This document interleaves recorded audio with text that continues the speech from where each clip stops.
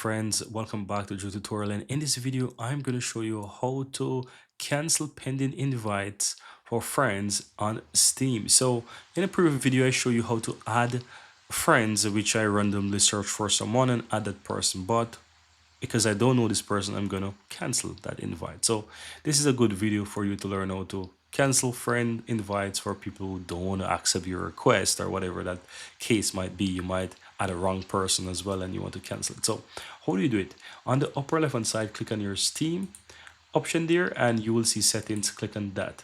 Now what you want to do, just simple click on where it says add friends, so you will be able to find that. So it shows you under your account section, so add friends. You click on that and it's going to open up this section here.